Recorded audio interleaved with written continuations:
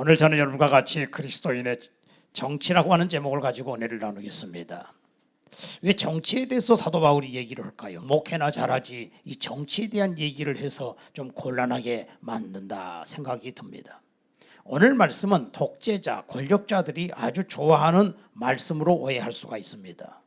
독재를 정당화할 수 있는 말씀입니다. 여기 지금 로마 교인들에게 보내는 편지도 되지만은 사실 오늘 이 시대를 살고 있는 우리들에게도 향한 말씀입니다. 권세에 대해서, 정치 권력에 대해서 복종하라라고 말하고 있습니다. 더 나아가서 권세는 하나님으로부터 나지 않음이 없다. 이러니 복종해야지요. 권세를 거스리는 자는 하나님을 거스리느니라. 그리고 권세를 거스리는 자는 심판을 자취한다. 야, 무섭습니다. 이들은 하나님의 사역자가 된다 그랬습니다. 더 나아가서 세금을 잘 내라. 여러분, 이 교회라고 하는 것이 요새 정교분리라고 하는 말이 있어요. 교회는 예배만 잘 드려라. 정치는 정치인들이 알아서 다 하겠다. 이게 이제 정교분리라고들 얘기합니다. 그러니까 교회에 정치 참여하지 마라. 이렇게 이 말씀을 가지고 얘기들 하는 거죠. 여러분, 지금 로마라고 하는 나라는 어떤 나라입니까? 많은 피를 흘려가지고 대제국을 건설했고 이 권세자들은 온갖 특혜와 영화를 누리며 살고 있습니다. 특별히 사도 바울은 유대인입니다. 식민지 백성입니다. 만약에 바울이 이렇게 편지를 보낼 때 유대인들, 특별히 애국운동을 하는 유대인들 입장에서는 이 바울이야말로 매국노 중에 매국노입니다. 처단을 해야 될 상황입니다. 만약에 로마를 반대하는 열심당들 있죠. 이런 자들은 편지를 로마에 있는 성도들에게 보낸다고 할 때 무슨 편지를 보내겠습니까? 로마 정부의 작은 실수라도 트집 잡아라. 선동해라. 조직을 강화해라. 정부 요직에 침투해라. 수단 방법을 가리지 말아라. 정치 자금을 모아라. 요인을 암살해서 사회를 혼란하게 빠뜨려라. 나라를 혁명해라. 원수를 용서하지 마라. 그러면 살기 좋은 너희들의 세상이 될 것이다. 이 일을 위해서 납세를 거부하고 민계라도 써라. 여러분요, 이거는요 사실 이슬람에서는 그렇게 할 수 있어요. 공산주의는 이렇게 할 수 있어요. 근데 기독교는 그게 아니에요. 피는 피를 부르는 것입니다. 소련이라는 공산국가가 세워졌을 때 그 소련 국민들이 대환영했습니다. 야, 살기 좋은 세상 났다고. 그렇지만은 자기 동족 2천만 명을 스탈린은 죽여버린 거예요. 이유도 없이 죽인 거예요. 옆에 사람이 고발하면 그냥 잡아다가 다 죽인. 여러분요, 중국 공산당이 들어왔을 때요, 중국 사람들 엄청 좋아했습니다. 그렇지만 모택동에는 5천만 명을 죽였습니다. 북한 김일성이 들어왔을 때 처음에 너무 좋았죠. 그렇지만은 몇 년 살고 보니까 아, 이게 공산당의 실체구나 해가지고서 남한으로 그 6.25 사회 때 그분들이 500만 명이 내려오고요. 그래서 한국에, 북한에 먼저 기독교가 먼저 들어갔으니까 그렇게 해서 이 남한의 교회가 붕괴된 거예요. 여러분, 사도 바울은 로마서 12장 바로 앞전에 이렇게 얘기합니다. 원수를 축복해라. 저주하지 마라. 원수가 줄이거든 먹이고 목마르거든 마시게 해라. 원수를 사랑해라. 이렇게까지 이 기독교는 바로 그겁니다. 근데 하나님께서 왜 우리 사람에게, 이 정치가에게 이렇게 복종하라고 했는지 의미를 제가 이제 설명을 해드리겠습니다. 원래 인간은 정치하는 존재예요. 창세기 1장 28절에 하나님께서 사람을 지으시고 생육하고 번성하고 정복하고 지배하고 다스리라 그랬잖아요. 이게 다스리라고 얘기했죠. 산에 산불이 나면 짐승들은 어떻게 할지 몰래 막 날뛰고 그냥 도망갑니다. 그러나 사람은 불을 끄는 지혜가 있어요. 홍수가 났다. 그러면 짐승은 어떻게 할 수가 없어요. 근데 사람은 홍수를 막기 위해서 다 이렇게 댐도 막 건설하고 다 이런 지혜가 있다고. 이런 게 다 정치라고 말입니다. 우리 하나님은 나라를 뒤집으면 될 것 같지만 그게 아니고 하나님의 뜻은 사람이 바뀌어야 좋은 나라가 된다는 걸 말씀하고 있는 거예요. 여러분은 이 구약 성경 신약에 보고 예수님께서 왜 노예 제도를 폐지하라, 사도 바울이 노예 제도 폐지하라, 노예가 당연히 있는데 예수님이고 사도 바울이 왜 그런 얘기를 안 했을까요? 노예 제도를 폐지하면 좋을 것 같지만 사람이 변화가 안 되면 또 다른 노예 제도가 생겨요. 지금 노예가 없습니까? 여러 가지의 노예 제도가 있지 않습니까? 나라가 바뀌면 되는 것 같지만은 바벨론이란 나라가 부정부패가 많았고 아수르가 그랬고 바벨론도 그랬고 바벨론이 없어지고 페르시아가 되면은 살기 좋은 나라가 그게 아니잖아요. 알렉산더가 지배하는 그리스가 그랬습니까?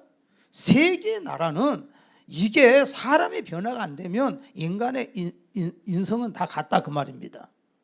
그럼에도 불구하고 나라는 있어야 돼요. 나라가 없으면 이거야말로 무법천지가 돼버리는 거예요. 질서 유지를 위해서 나라가 있는 것입니다. 나라가 있으니까 다 이게 교통신호도 지키고 경찰도 있고 법대로 해가지고서 사람이 범죄하면 감옥에 들어간다는 걸 알기 때문에 다 이렇게 질서적으로 그래도 살고 있지 않습니까? 비록 악한 나라라 할지라도요, 보면은 그 나라 안에서도요, 죄 지면은 형무소 가고, 그리고 죄 안 지면 이렇게 상 받고 다 그렇게 돼 있다 그 말입니다. 최선은 아니지만은 차선이 되기 때문에 하나님이 나라를 주셨어요. 빌라도가 예수님 앞에 이렇게 얘기합니다. 요한복음 19장에 내가 너를 놔줄 권세가 있고 너를 죽일 권세도 있어. 예수님께 그래요. 예수님께서 뭐라고 말씀하시느냐? 위에서 주지 아니하시면 나를 해할 권한이 없다 그랬어요. 빌라도가 그 자리에 있는 것도 하나님이 그렇게 만들어 놓으셨다 그 말입니다. 구약에 보면은 하나님께서는요, 이스라엘에 왕을 세웠죠. 맨 처음에 왕이 사울왕이지 않습니까? 사울왕이 겸손할 때 하나님이 세웠습니다. 그러나 교만할 때 하나님은 패하셨습니다. 그러면 이방 나라는 상관없느냐? 아니에요. 이방 나라의 왕도 하나님이 세우신다는 것을 말씀해 주고 있어요. 이사야서 43장 10절에 나의 진노의 막대기로 바사왕을 세웠다 그랬습니다. 이사야서 43장 10절에 느부갓네살 왕은 여호와의 종이다. 그래서 하나님의 심판을 대행하는 중이라는 것입니다. 이사야 10장에도 보게 되면은 아수르 왕은 나의 막대기라, 진노의 막대기라 그랬어요. 그래서 이스라엘이 범죄하니까 아수르 왕을 통해서 때리는 거예요. 근데 중요한 것은 이 아수르 왕이 막대기를 든 자 앞에서 큰 채 한다는 거예요. 그래서 하나님께서 이 막대기를 부러뜨려 버리겠다는 거예요. 여러분, 인간이 어느 경지에 올라가면 왕이 되고 권력자가 되고 경지에 올라가면 착각을 해요. 자기가 신인 걸로 착각을 해버리는 거예요. 그래가지고서 모든 것을 다 할 수 있는 줄로 착각합니다. 시편 82편에 그래서 말씀하시기를 하나님은 재판장 위에 신들 위에 계신다 그랬어요. 재판장들을 향하여 하나님 말씀하시기를 너희 신들아 그랬습니다. 여러분이 지방법원, 고등법원, 대법원이 있는데 옛날에 보게 되면은 왕은 대법원과 같아요. 헌법재판소와 같아요. 왕이 최종적으로 결론을 내립니다. 솔로몬이 뭐라고 합니까? 왕이 됐을 때 백성들을 잘 재판할 수 있게끔 나에게 지혜를 달라고 기도하지 않습니까? 왕이 그걸 하는 거예요. 그렇기 때문에 이 재판장이 죽으라고 하면 죽고 살리라고 하면 살리기 때문에 권세 있는 자잖아요. 왕은 굉장히 두려운 존재예요. 신적인 존재예요. 근데 하나님이 뭐라고 말씀하십니까? 신이 죽는다는 거예요. 신이 죽어. 아니 어떻게 신이 죽어요? 너희들 호흡이 목에 있다는 걸 알아라. 하나님 말씀하기. 너희들 흙으로 돌아갈 존재인 걸 알아라. 너희들 진짜 신인 걸로 착각하면 큰일 나. 신 아니요. 하나님이 쓰시고 버리는 거예요. 이사야 44장 28절에도 고레스 왕은 목자다. 나의 목자다. 고레스 왕은 이방인이었지만은 이스라엘에 하나님 성전을 건축하는 그런 훌륭한 왕이 있지 않습니까? 포로된 이스라엘을 해방시키는 사명을 주셨어요. 그래서 하나님이 악한 정부도 쓰시는 걸 보게 됩니다. 70년이 차니까 하나님이 다 하시는 거예요. 하나님의 계획하신 대로 그래서 하나님의 모든 역사는 하나님의 경륜 가운데 이 세상이 움직인다는 사실을 믿으시기를 바랍니다. 그렇게 하나님의 섭리가 있기 때문에 로마서 13장 1절에 하나님의 섭리를 말하고 하나님의 뜻 가운데서 이루어가고 있다. 지금 사실 그때 사도 바울이 복음을 전할 때야말로 로마라고 하는 그 나라는 물론 부정부패도 있고 독재도 하고 여러 가지 문제가 있지만은 복음 전하고 선교하기는 그 이상 좋은 나라가 없어요. 예루살렘 유대와 사마리아 땅 끝까지 가는데 이 복음을 가지고 가는데 복음의 걸림돌은 없었다는 거예요. 그러니까 이거는 나라의 복종을 해야 되는 거예요. 오히려 유태인들이 사도 바울을 40에 하나 감만매를 3번 때리고 막 그냥 대창으로 때리고 그렇게 그냥 못 잡아먹어서 난리였지, 로마는 그런 거 아니잖아요. 로마는 법치 국가잖아요. 그래서 예루살렘, 유대, 사마리아, 소아시아, 마케도니아 건너가서 유럽으로 들어가서 복음을 전하고 로마에까지 막 복음이 꽉 전하게 됐다고요. 그래서 모든 길은 로마로 통한다는 거예요. 야, 나는 그 역사를 보게 되면 대단한 거예요. 알렉산더를 통해서 언어를 통일시켜버려요. 헬라어로. 그래서 언어가 통해. 전도하고 싶어도 말이 안 통하면 전도 못 오잖아요. 근데 헬라어를 통해서 로마 전체가 말이 통해요. 로마를 통해서 로마는 길을 닦아요. 그래서 그 길을 닦음으로 말미암아 길이 다 로마로 통해. 국경이 또 없어져 버렸네. 로마가 전체를 지배하니까 이것처럼 복음 전하기 좋은 데가 어딨냐 이거예요, 세상에. 그렇기 때문에 인간이 부조리한 것, 인간의 비도덕적인 거, 이런 것 저런 거 이런 것도 있지만 그것이 문제가 아니라 복음 전하기 좋고, 그리고 이 복음이 그들에게 전파가 되면 그들이 복음으로 사람이 바뀌고 노예제도 바뀌고 인간이 바뀐다는 거예요. 그러니까 그 안에서 복종하고 나가라는 것입니다. 그래서 디모데전서 2장 1절에 보니까 그러므로 내가 권하노니 모든 사람을 위하여 간구와 기도와 도구와 감사를 하되 임금들과 높은 지위에 있는 모든 사람을 위하여 하라. 이는 우리가 모든 경건과 단정함으로 고요하고 평안한 생활을 하려 함이라. 사실 이 제도가요, 어진 왕이 나와가지고서, 민주국가도 있지만 과거의 역사를 보면 어진 왕이 나와서 몇십 년 동안 통치하면서 백성들을 편안하게 해주면 이 이상 더 좋은 제도가 없어요. 다윗 왕이나 솔로몬 같은 경우 보면은 참 좋은 일을 했잖아요. 독재 국가인 것 같지만은 저 싱가포르 같은 경우는 한 50년 이광료 수상이 그 통치했는데 아주 복지 국가 만들었지 않습니까? 그렇기 때문에 하나님께서, 그러나 우리 이 성경은 딱 뭐라고 딱 얘기는 안 하지만 여기에 대해서 원론적인 것을 얘기하는데 우리에게 하나님께서 지혜를 주셔서 하여튼 이 민주국가, 자유민주국가를 만들게끔 했다고 말입니다. 여러분, 이 정부가 중요한 것은 정부가 있기 때문에 화폐도 발행하지요. 질서도 유지하지요. 자, 그러면은 제가 아까 얘기한 것처럼 우리 기독교는 기독교인들은 정치에 참여하면 안 되느냐? 정교 분리를 해야 되느냐? 여러분, 이 정교 분리에 대해서 한 가지를 내가 짚고 넘어가는데, 원래 정교 분리는 일본 사람들이 만든 겁니다. 왜냐하면 기독교가 자꾸 3.1운동을 하고 이렇게 하거든? 그 정교 분리야. 너희도 신앙생활이나 해. 정치는 우리가 할 거니까.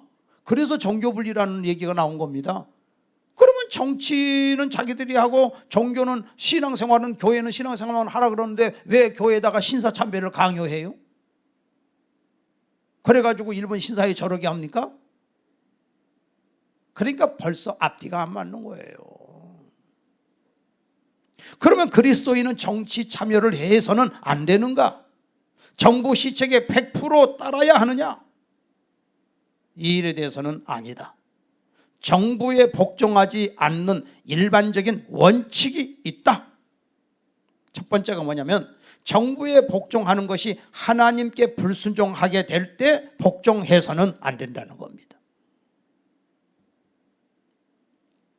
출애굽기 1장에 보게 되면은 바로 왕이 이스라엘 백성이 막 너무너무 기하급수적으로 인구가 늘어나니까 위기를 느낀 거예요. 그래가지고서 히브리 산파 십부라와 부라를 불러가지고, 야, 니들 말이야, 내 명인데 히브리인들이 아들을 낳으면 너희들이 다 죽여. 그리고 딸이 낳으면 살려줘. 왕의 명령이에요.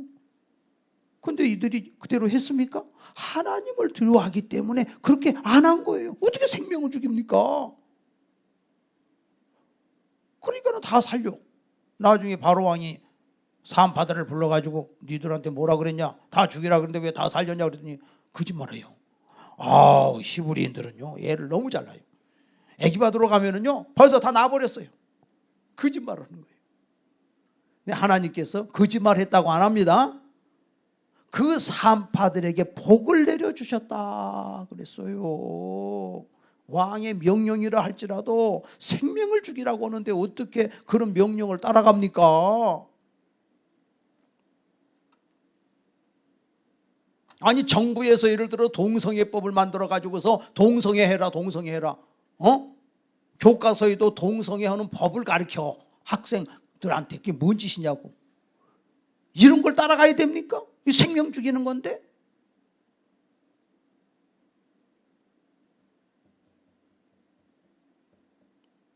다니엘을 보게 되면 다니엘서 3장에 보면 느부갓네살 왕이 신 중에 신이요, 아주 왕이 대단해요, 권세가. 그래가지고 큰 그냥 금신상을 만들어 놓고 6가지 악기가 울리면은 그냥 모든 백성들이 그 앞에 절을 해요. 그런데 포로로 잡혀온 다니엘의 세 친구, 포로로 잡혀온다라 그래서 거기 나와요. 그들이 신상에다가 절을 안 한다는 거예요. 왜 안 하냐? 잡아다가 신문을 하니까 왕이요, 우리는 하나님 외에는 절을 할 수가 없습니다. 저거는 우상일 뿐이지 신이 아닙니다. 오직 신은 하나님 외에는 없습니다. 그렇기 때문에 저기다가 절하는 건 하나님의 법에 어긋나기 때문에 왕이요, 용서해 주소서. 절대 우리는 저기다 절할 수가 없습니다. 그러니까 그냥 이 다혈질인 느부갓네살 왕이 막 화가 치밀어가지고, 내가 신인데 이것들이 어디다가 절을 하래.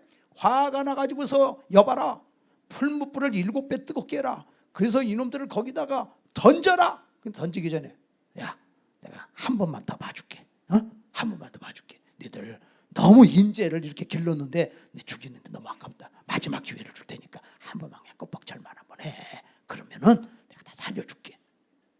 안 하겠다는 거요. 우리를 저기다가 왕이 던져놓아도 우리는 절하지 않을 것이고, 하나님이 우리를 던져놓아도 하나님이 거기서 하나님 우리를 구출해 주실 텐데, 구출을 안 해준다 할지라도 우리는 저 왕의 신상에 절하지 않겠습니다. 저건 우상입니다. 그래요, 왕이 화가 나가지고서 풀무불을 7배를 뜨겁게 해라 해가지고서 다니엘 세 친구를 거기다 던지죠. 던지는데 던지는 자가 불타 죽어버려. 근데 어떤 일이 벌어집니까? 던졌는데, 3사람을 던졌는데 4사람이 그 안에서 걸어 다니는 거예요. 춤추고 찬양하는 거예요. 놀라운 일이 벌어졌습니다. 그래서 왕이 꼬꾸라지는 거예요. 다니엘아, 나와라. 3사람이 나와보니까 머리털 하나도 타지를 않았고 옷도 그을르지 않았고 그을른 냄새도 안 났다 이거야. 그러니까 느부갓네살 왕이 하나님을 찬양하고 자기 죄를 회개하지 않습니까? 왕의 명령이라 할지라도 거절해야 된다 이게. 다 그걸 거절했기 때문에 초대교회에 그 많은 사람들이 사자밥이 되고, 또 구해주지 않는다 할지라도 톱으로 켜는 것과 토굴과 암열에 거하면서도 환난과 핍박 중에도 성도는 신앙 지켰네. 신사참배를 그렇게 강요를 해도 설사 다니엘처럼 구해준다 할지라도 감사하고, 그렇지 않는다 할지라도 목숨을 걸고 신앙을 지키는데, 중요한 거는 기독교인들은 한거를 하지만은 최루탄을 화염병을 던진다거나 죽여라 한다든지 그런 건 안 해요. 절대 안 하지요. 그냥 때리면 맞고 당하면서 그냥 그걸 그대로 당하는 거예요. 기독교 역사는 그거예요. 자기 신앙을 지키는 거예요. 그리고 자기를 때리는 자를 마지막까지 용서하면서 그들이 죽었어. 이게 순교의 역사예요. 기독교의 역사는 순교의 역사예요. 그 간디 같은 사람은 예수는 안 믿지만은 영국에서 공부를 했기 때문에 그걸 다 알아. 그렇기 때문에 무저항 시위를 한 거예요. 이게 정치 아닙니까? 그리고 그렇게 하나님을 대적하는 자는 그냥 하나님께 맡기는 거야. 심판을 하나님께 맡겨라. 니들이 원수 갚지 말아라. 근데 여기서 중요한 거는 복종이라 그랬는데, 복종과 순종의 차이가 뭐냐면, 순종은 무조건 그냥 순종하는 게 순종이고, 복종은 아닌 것은 아니라고 하는 게 복종이에요. 아닌 것은 아니라고 하되 공손하게 예의를 갖춰서 아니라고 하는 게 복종이라고. 다니엘의 세 친구가 그래 뭐라 그럽니까? 느부갓네살 왕 앞에서 당신 지옥 가려고 그런 소리 합니까? 하나님을 뭘로 알고 그래요? 그렇게 안 했잖아요. 왕이시여. 우리는 그렇게 할 수 없습니다. 왕으로서 존경은 해드리잖아요. 그러나 우상숭배는 못하겠습니다. 이게 복종이라고. 내가 지금 교회 가려고 하는데 남편이 교회 가지 마라. 그럼 뭐라 그래요? 이 사탄아 물러가라. 지옥 갈라 그러냐?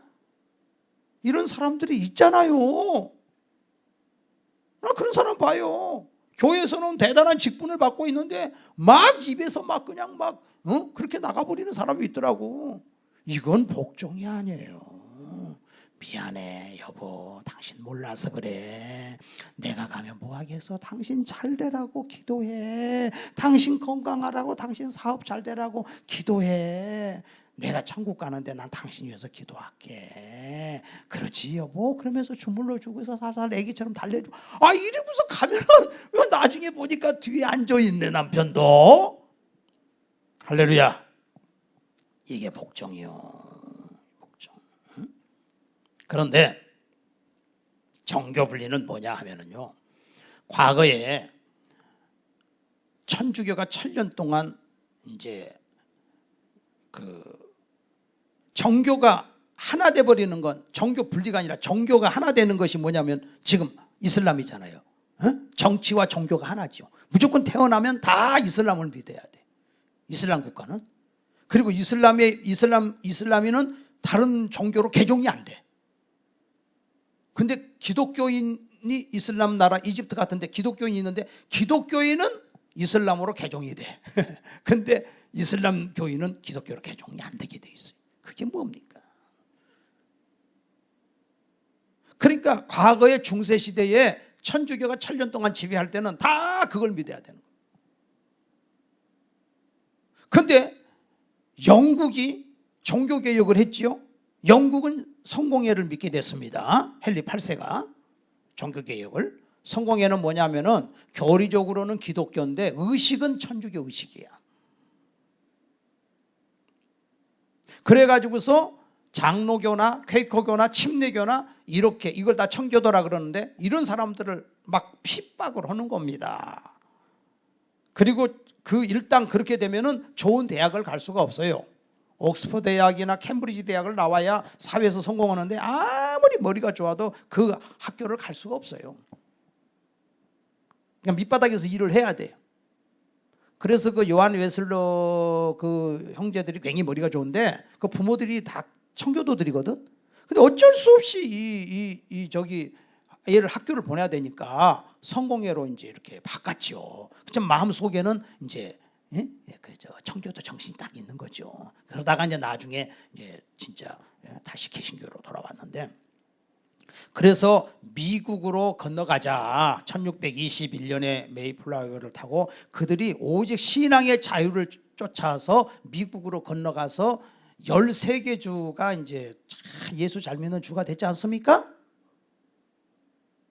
그래서 그때만 해도 처음에는 13개 주를 기독교인들이 들어가 가지고서 어떻게 하냐면 여기는 침례교회를 다니자. 우리 서로 싸우지 말자. 여기는 장로교다. 여기는 케이커다. 이렇게 해 가지고서 이제 그때는 처음에는 그렇게 했다고요.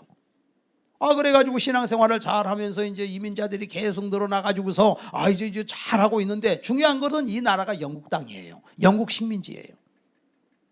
근데 영국이 볼 때 저 남아메리카에서 저 스페인이나 포르투갈은 막 금이 많이 나와가지고 금을 가지고 들었는데, 미국은 금이 없어.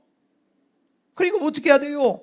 세금을 걷는 거죠. 세금을 많이 걷게 되죠. 걷다 보니까 그냥 힘든 거예요. 그게 이제 좀 불만이요. 두 번째는 이 의회를 파송할 수가 없어요. 영국은 다 그 의회가 있는데 여기도 의회 하나 쳐줘야 될 거 아니에요? 근데 그게 의회 투표권도 없지. 세금은 많이 내지.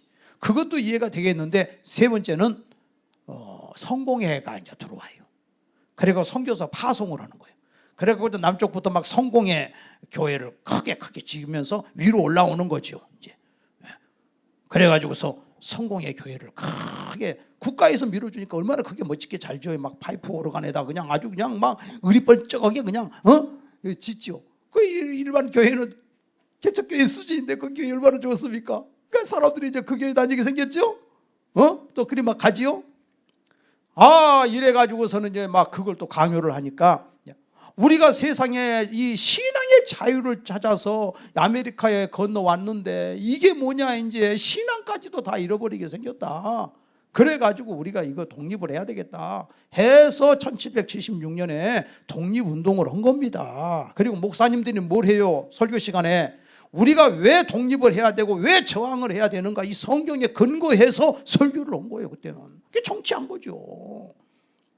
그리고 그 시대에 그 건국의 아버지들이 굉장히 믿음들이 좋아가지고 그때 헌법을 만든 겁니다. 그 헌법이 정교분리예요. 기가 막힌 헌법입니다. 이 헌법이 전 세계로 퍼져나가는 거예요. 우리 한국도 독립운동을 하신 분들이 크리스찬들이 거의 대부분이기 때문에 미국 헌법을 그대로 가져다가 이 독립운동을 한 분들이 이 대한민국의 기초를, 헌법을 그대로 만든 겁니다. 그래서 정교분리는 뭡니까? 정부가 국교로 정해서는 안 된다. 어느 한 종교를. 종교는 자유다. 무엇을 믿든지 마음대로 해라. 기독교를 믿든 이슬람을 믿든 불교를 믿든 상관없어. 네 마음대로 장로교를 다니든 뭘 다니든 마음대로 그냥 믿어. 그게 안 믿어도 되고, 이게 정교분리라는 거. 간섭을 안 하는 거예요. 얼마나 자유롭습니까? 이때부터서 무한 경쟁이 시작되는 거예요. 근데 유럽은 국교를 정했죠. 독일은 루터교, 영국은 성공회, 이런 식으로 이게 다 그 국교로 정한 나라들은 경쟁이 없잖아요. 그러니까 자연 소멸이 돼 버리는 거예요. 유럽 교회가 다 무너지는 이유가 그래서 그래. 근데 미국 교회가 왜 살아 있느냐? 이거는 자유를 줬기 때문에 그래요. 능력이 있으면 되는 거고 능력 없으면 안 되는 거예요. 생명이 있으면 되는 거고 생명 없으면 안 되는 거예요.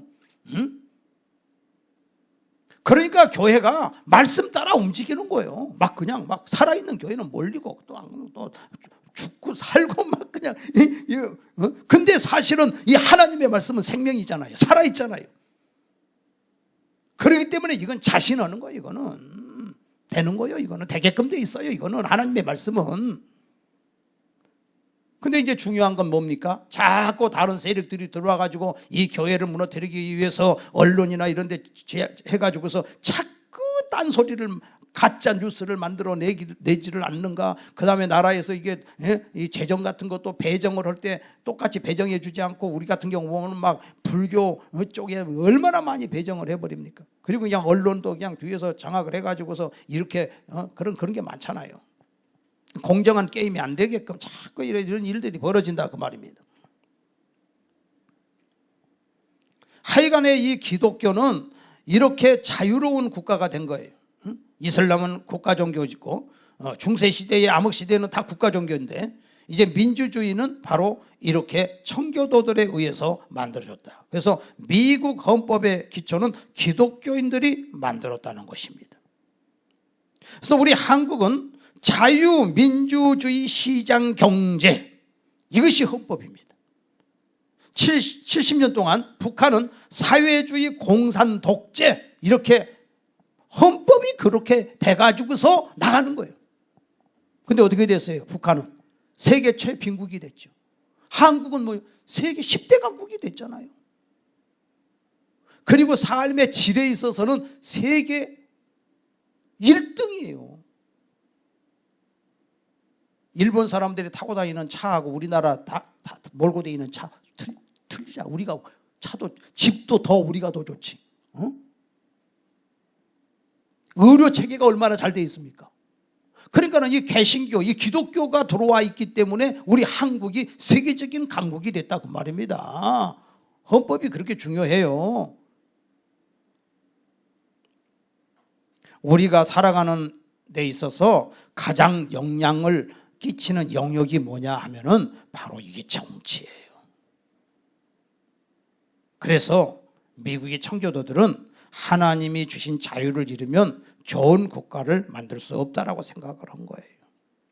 그래서 하나님의 진리, 하나님의 말씀이 정치에, 경제에, 문화에, 스포츠에, 교육에 좋은 영향력을 끼쳐야 돼요. 모든 해석이 다 들어가는 거예요. 총체적으로 하나님의 진리를 가르쳐야 돼요. 하나님의 진리는 교육에서도 진리, 예술에서도 진리, 문화에서도 진리, 학교 교육에서도 진리, 다 진리예요. 그래서 청교도들이 먼저 한 게 뭐냐면 미국 그 동부 지역의 아이비리그, 이런 좋은 하버드나 이런 에일이나 이런 좋은 대학을 왜 세웠느냐? 좋은 일꾼을 세우기 위해, 좋은 목회자를 만들기 위해서. 좋은 목회자들이 다 그 모든 영역에서 성도들을 가르쳐야 되기 때문에 진짜 똑똑한 사람이 목회자가 돼야 된다는 거예요. 믿음이 좋고, 인격도 훌륭하고. 그래서 좋은 인재들을 이게 만들어내야 된다는 거예요. 그래서 이 미국의 교회 목사님들은 분명히 정치를 해요. 역사적으로 보게 되면은 덴마크의 그룬트비 목사님이 그 황무지 영토를 잃고 황무지를 밖에 안 남았는데 밖에서 이런 영토 안에서 찾자 해가지고서 그룬트비 목사님이 운동을 해서 덴마크 세계적인 농구 국가가 됐지 않습니까? 네덜란드는 또 아브라함 카이퍼라고 하는 목사님이 정치가가 돼가지고서 그 네덜란드를 또 세워서 정말 그 훌륭한 일을 한 거예요.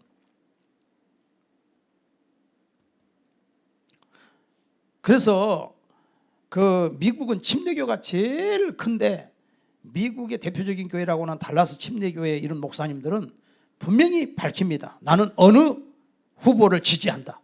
분명히 얘기해요. 미국은 그렇다고 말이에요. 정치하잖아요. 오바마는 안 된다. 동성연애를 갖다가 저렇게 합법화 시키고 이렇게 나오잖아요. 존 메가노 목사님 같은 분들, 그 훌륭한 목사님들도 확실하게 그 선거 전에 딱 얘기하잖아요. 그리고 이제 대법관 같은 경우는 한번 정하면 종신제이기 때문에 이 대법관을 이번에 잘 뽑아가지고서 대법관이 더 많으니까 이번에 낙태에 대해서 이건 불법이다. 낙태하는 건 불법이다. 이렇게 지금 나오지 않습니까? 그러니까 성경은 이런 원칙들을 말씀하고 있어요. 그래서 정치를 참여해야 된다.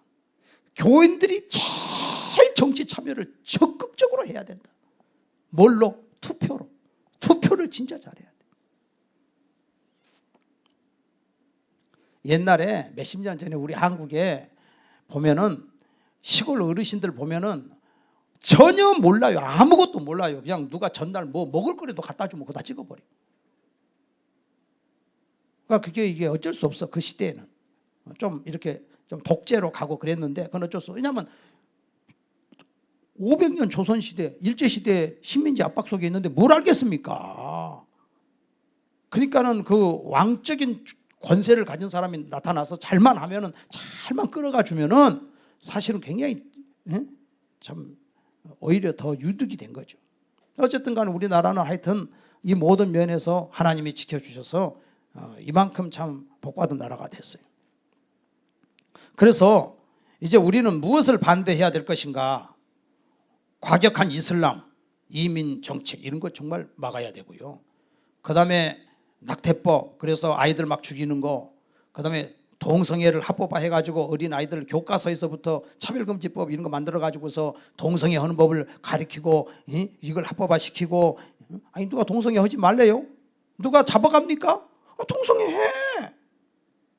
다 하라고, 누가 자유로운 나라에서. 근데 왜 동성애는 이런 것이 잘못됐습니다라고 말을 못하게끔 차별을 시키느냐 이거예요. 차별화를. 그걸 죄로 여기느냐는 거지. 이거 있을 수 없는 거잖아요. 그런데 우리 기독교인들이 입 꽉 다물고 있고, 어떻게 해야 됩니까? 여러분, 기도만 해야 됩니까? 아니면 참여를 해야 되겠어요? 기도만 한데, 기도해야지요. 그렇지만은 이 자유를 지키기 위해서 진짜 우리가 해야 돼요. 위기에 와 있어요, 정말. 특별히 또 공산주의를 또 찬양하고 공산주의 쪽으로 나가려고 그러고, 또 학생 인권조례를 만들어 갖고 학생들을 막 성적으로 방탕하게 만들어 버리고. 그래서 이런 것들은 자유에 대한 체제를 바꾸는 것입니다. 그럼 우리는 어떻게 해야 되느냐? 기독교의 가치를 지켜줄 자를 선택을 해야 되며, 우리 성도들은 전라도냐 경상도냐 충청도냐 강원도냐 서울이냐 상관없습니다. 예수를 그 사람이 믿는 사람이냐 안 믿는 사람이냐에 대해서도 상관없습니다. 오직 기독교의 가치를 지켜줄 사람을 뽑으면 돼요. 선거 때가 되면 교회 와가지고서 인사하는 분들 있죠. 나 기독교인이라고. 글쎄 중요한 것은 뭐냐면 기독교의 가치를 지켜줄 자를 뽑으라니까요. 불교인이라 할지라도 무신론자라 할지라도 기독교의 가치를 지켜줄 사람이면 되는 거예요. 그렇지 않은 사람은 안 된다는 거죠. 그래서 우리 성도, 우리 믿는 사람들은 의무가 있어. 의무. 나라에 대한 의무, 국방의 의무, 납세의 의무, 교육의 의무가 있죠.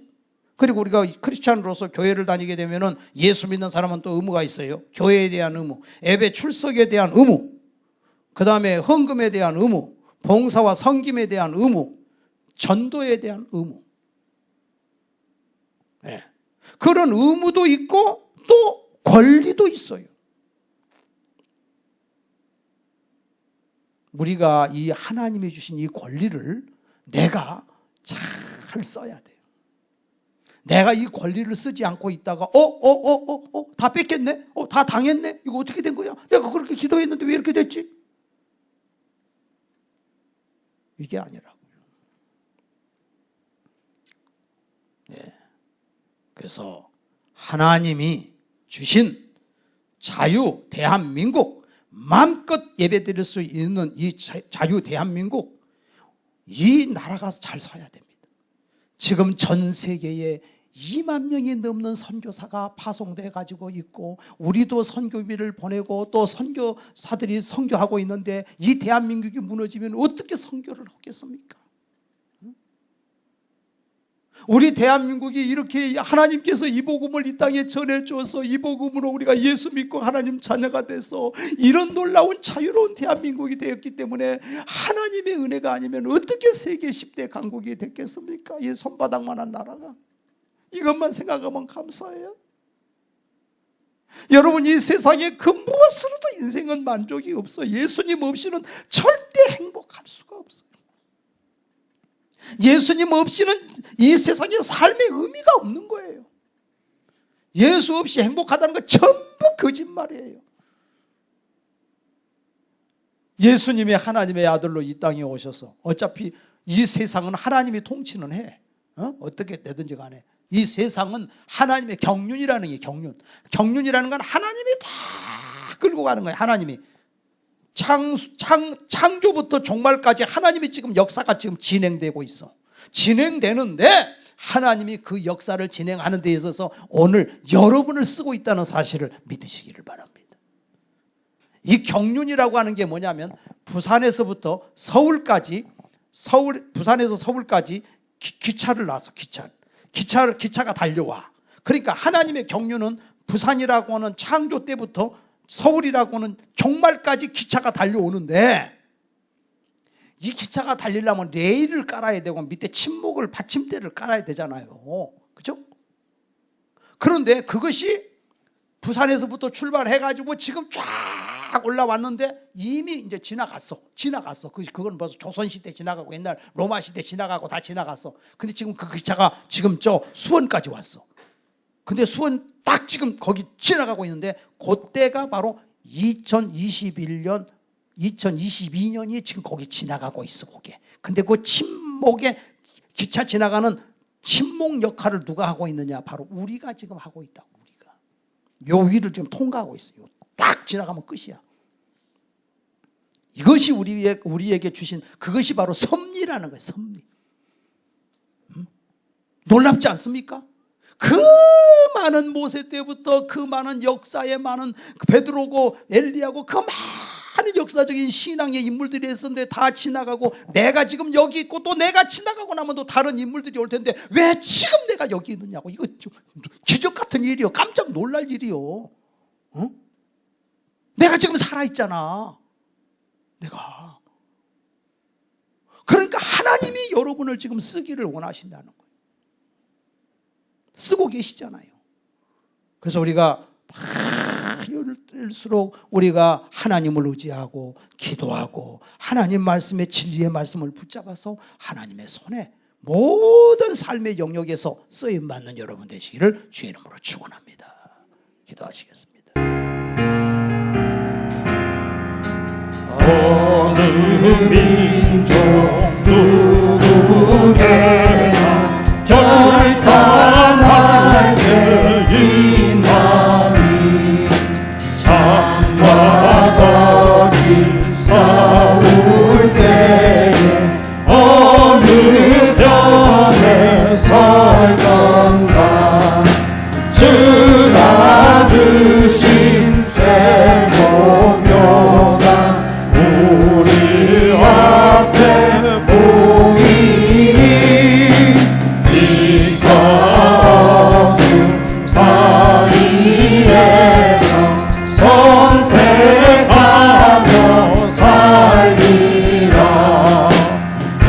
고상하고 아름답다 진리 편에 서느니 진리 위에 언약받고 영예히 이르고 비겁한 자 물러서라. 용감한 자 굳세게 낙심한 자 돌아오는 그날